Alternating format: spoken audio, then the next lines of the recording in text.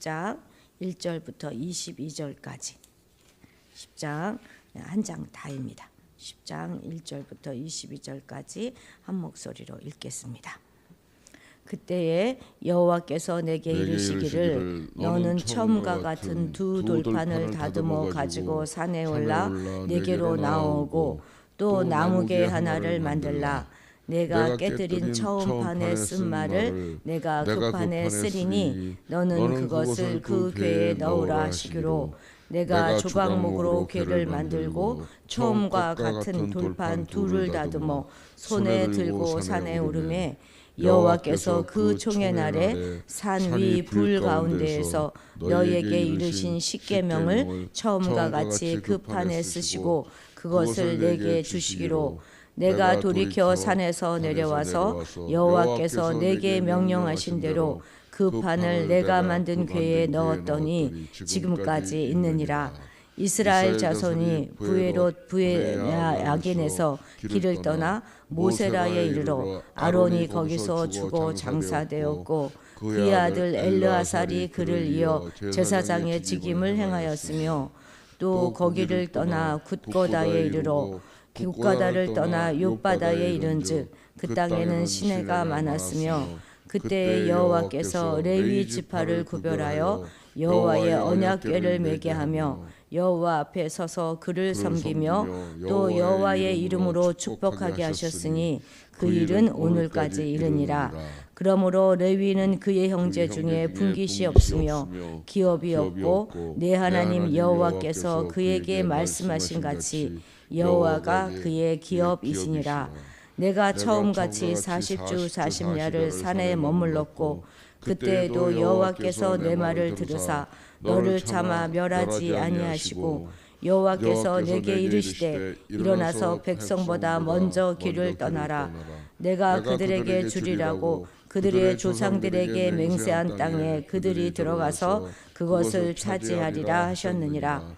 이스라엘아, 내 하나님 여호와께서 내게 요구하는 것이 무엇이냐? 곧 내 하나님 여호와를 경외하며 그의 모든 도를 행하고 그를 사랑하며 마음을 다하고 뜻을 다하여 내 하나님 여호와를 섬기고 내가 오늘 내 행복을 위하여 내게 명하는 여호와의 명령과 규례를 지킬 것이 아니냐.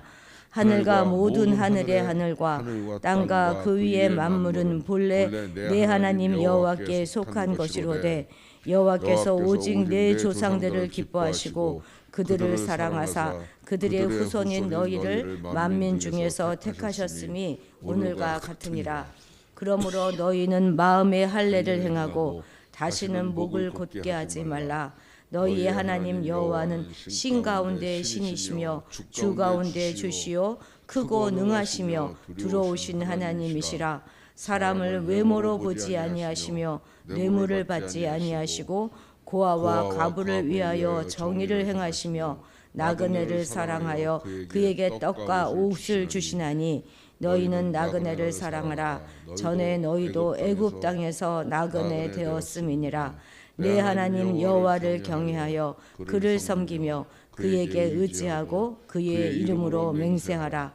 그는 내 찬송이시요 내 하나님이시라. 내 눈으로 본 이같이 크고 두려운 일을 너를 위하여 행하셨느니라. 애굽에 내려간 내 조상들이 겨우 70인이었으나 이제는 내 하나님 여호와께서 너를 하늘의 별같이 많게 하셨느니라. 아멘. 아멘. 오늘 본문은 이제 두 부분으로 나뉘어지는데 앞부분에서는 모세가 십계명을 다시 받는 것을 서술하고 있습니다. 여호와는 모세에게 두 돌판과 나무 궤를 만들라 이렇게 명령하시지만 여기 이 신명기 10장과 병행 본문이 이제 출애굽기 34장인데요. 여기 출애굽기에서는 나무 궤를 만들라 하는 언급은 나오지 않습니다. 어쨌든 이 궤를 만드는 목적은 두 돌판을 잘 보관하기 위함이지요.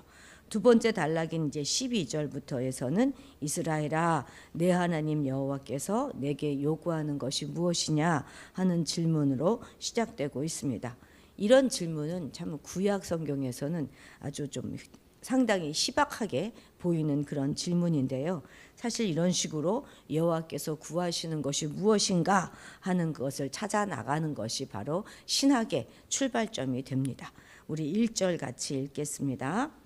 그때에 여호와께서 내게 이르시기를 너는 처음과 같은 두 돌판을 다듬어 가지고 산에 올라 내게로 나오고 또 나무개 하나를 만들라. 예.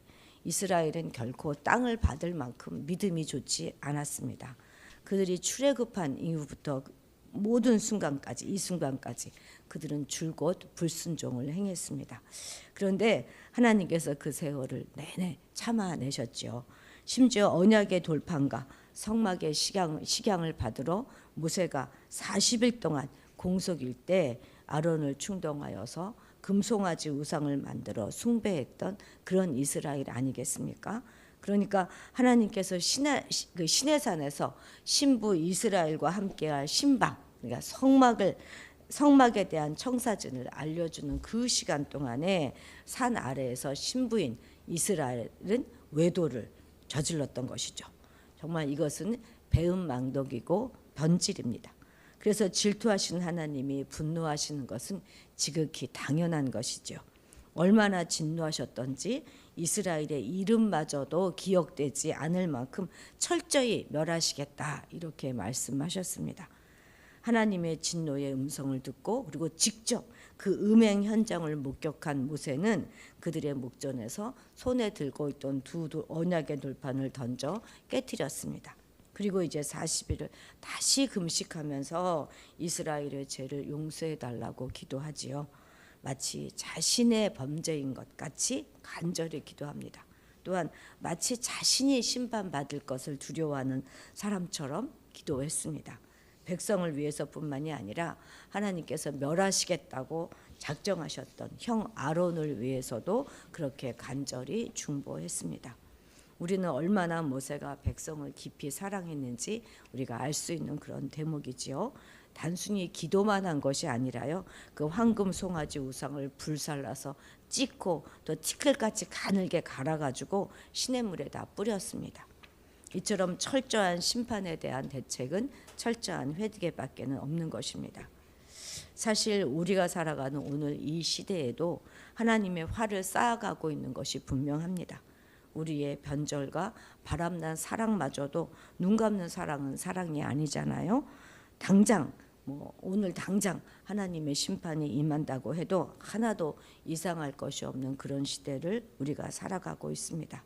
우리는 오직 예수님의 중보 기도 덕분에 오늘 이렇게 새 언약 백성으로 살아가고 있다 하는 사실을 한시도 잊지 말아야 할 것입니다. 그래서 또 우리가 반드시 기억해야 될 것은 반역자들을 향한 하나님의 진노가 요동치는 이 한복판에서 모두가 나섰다는 것입니다.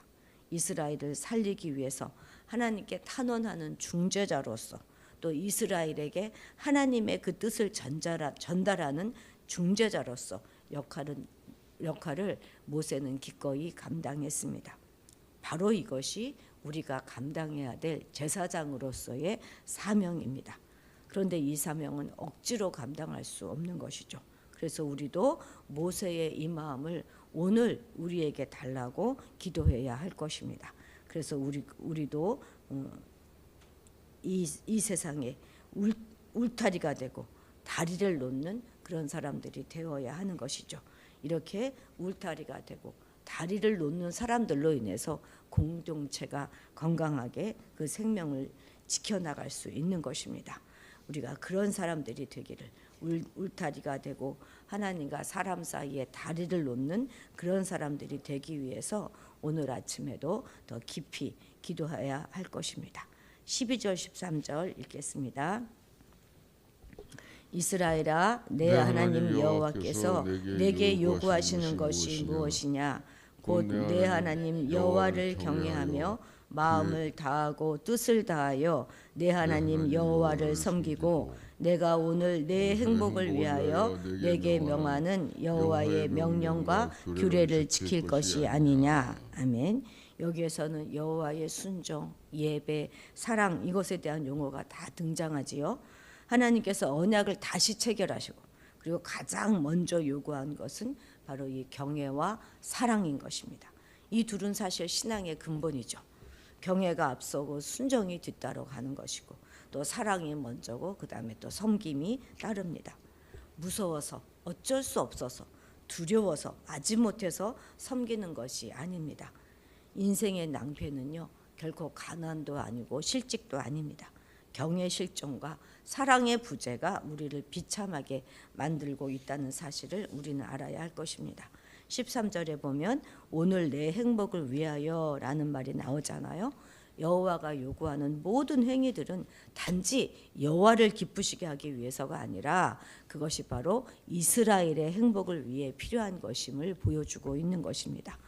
저도 젊은 시절에는 참 하나님은 너무하시다. 어떻게 자기만 사랑하라고 하고 자기에게만 영광 돌리라고 하는 것이 좀 인간들보다 더 이기적이신 것 같아. 막 제가 이렇게 생각했던 적이 있었습니다. 그런데 그런 모든 것이 바로 우리의 행복을 위해서라는 것임을 이제는 우리가 분명히 알게 됩니다. 바로 하나님을 사랑하고 경배할 때 그때 바로 우리에게는 우리가 행복해질 수 있는 것이지요. 정말 진정한 행복은 하나님을 경외하고 그분을 섬기고 그분을 사랑할 때 오는 것이라는 사실을 우리는 잊지 말아야 할 것입니다. 16절도 같이 읽어봅시다. 그러므로 너희는 마음의 할례를 행하고 다시는 목을 곱게 하지 말라. 예, 그렇습니다. 택함을 받은 백성은 마음의 할례를 행하고 굳은 목으로 하나님께 대항해서는 안 되는 것입니다. 성경은 여기서 이제 처음으로 마음의 할례를 언급하고 있는데요. 육체의 할례는 누가 받습니까? 남성들이 받죠. 그런데 마음의 할례는 모든 사람이 받는 것입니다. 이로써 이제 모든 사람들이 하나님의 언약에 참여하게 되었음을 보여주고 있는 것이죠. 가나안 땅에 발을 들여놓기 전에 먼저 선행되어져야 될 것이 바로 이 마음의 할례입니다. 이스라엘은 마음이 새로워져야 하는 것입니다. 그래야 하나님의 명령을 충실히 지킬 수 있습니다. 목을 곧게 하지 말라, 이 말은 교만하지 말라는 말이지 않습니까? 우리가 막 그래서 이제 교만하고 건방진 사람들 보면 목이 뻣뻣해 이런 막 이렇게 말을 하잖아요. 그래서 이 교만의 외피를 벗기지 않으면 은혜도 모를 뿐만 아니라 하나님이 그를 상대해 주시는 그 방식으로 다른 일을 상대할 수가 없는 거예요. 십계명이 요구하는 것이 무엇입니까? 여호와를 사랑하고 경외하는 그것입니다. 또 이웃을 사랑하는 그것입니다. 그런데 이것이 무엇으로 표현되어져야 한다는 것입니까? 바로 하나님께 주신 도를 마음을 다하고 뜻을 다하여 행하는 것으로 표현되어질 수 있는 것입니다. 이것이 또한 바로 마음의 할례를 행하는 것이죠. 위선과 외식은 안 됩니다. 눈 가림은 더더욱 안 되죠. 행동만으로는 절대 안 되는 것이 바로 이 마음의 할례입니다. 육신의 할례만으로는요, 외모를 보시지 않는 하나님을 결코 기뻐하시게 할 수 없습니다. 그래서 마음의 할례를 행하고 목을 곧게 하지 말아야 하는 것입니다. 그것이 바로 행복의 길이다 하는 것을 성경은 말하고 있습니다. 17절 18절 같이 읽겠습니다. 너희의 하나님 여호와는 신 가운데 신이시며 주 가운데 주시요 크고 능하시며 두려우신 하나님이시라. 사람을 외모로 보지 아니하시며 뇌물을 받지 아니하시고 고아와 과부를 위하여 정의를 행하시며 나그네를 사랑하여 그에게 떡과 옷을 주시나니. 아멘. 17절에 사람을 외모로 보지 아니하시며 뇌물을 받지 아니하시는 하나님은 공정과 관련이 있습니다. 그러니까 18절에 나오는 과부, 고아를 위하여 정의를 행하는 것과 나그네를 사랑하는 것, 그것은 바로 공정을 실현하는 일이라는 것입니다. 그리고 나그네와 이웃을 사랑하는 것은 그냥 추상적인 그런 개념이 아니라 구체적으로 그들에게 필요한 떡과 옷을 주는 바로 그것입니다. 이웃을 사랑한다고 하면서 세상의 정의와 공의에 둔감한 것은 위선이죠. 약자의 권리와 그들을 보호하고 지키는 것, 그것이 바로 정의입니다. 19절에서는 우리의 나그네 사랑의 근거가 바로 우리가 나그네였을 때 받은 사랑이다, 이렇게 말씀하시고 있습니다. 우리도 힘들었을 때 많았잖아요. 그때 받았던 하나님과 이웃의 사랑을 기억하고 바로 그 사랑을 나그네와 이웃들에게 베풀어야 하는 것입니다. 나그네에게 베푸는 친절과 사랑이 정말로 하나님께 드리는 사랑의 실천이다, 이렇게 볼 수 있는 것은 나그네를 향한 베품은 돌려받을 것을 기대하지 않는 겸손한 사랑이기 때문입니다. 계산하지 않는 사랑, 진정 베풀고 나누는 사랑이 바로 이 나그네를 향한 사랑이죠. 여기 마석에서도 보면 참으로 많은 외국인 노동자들이 들어와 있지 않습니까? 얼마 전에도 식당에 갔는데 옆 테이블에서 외국인 노동자 한 10여 명이 모여서 식사하는 모습을 보았습니다. 이들은 정말 나그네예요. 이들의 삶이 얼마나 외롭고 쓸쓸하고 힘들겠습니까? 저들에게 따뜻한 사랑을 전하는 것, 그것이 바로 하나님의 사랑을 실천하는 길이죠. 엘리베이터 안에서 만나는 우리 이웃들에게 환하게 웃어주면서 인사하는 것, 그것도 사랑의 실천입니다. 여호와께서 바라시는 사랑은 결코 하나님만을 향한 사랑이 아니라 사람을 향한 사랑이라는 사실을 우리는 알아야 합니다. 특히 그 사랑은 약자들을 향해야 하는 것이죠. 왜냐하면 우리가 믿는 하나님은 사람을 외모로 취하시는 분이 아니시기 때문입니다. 외모로 사람을 판단하고 취하는 것은 비겁하고 연약한 인간이나 하는 짓이지요.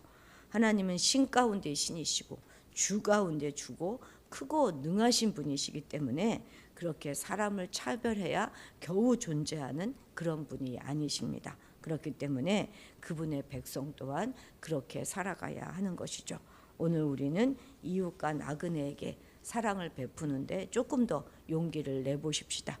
마주친 이웃에게 먼저 말을 걸고 인사를 하는 것도 정말 용기가 필요하다는 생각을 저는 늘 해봅니다.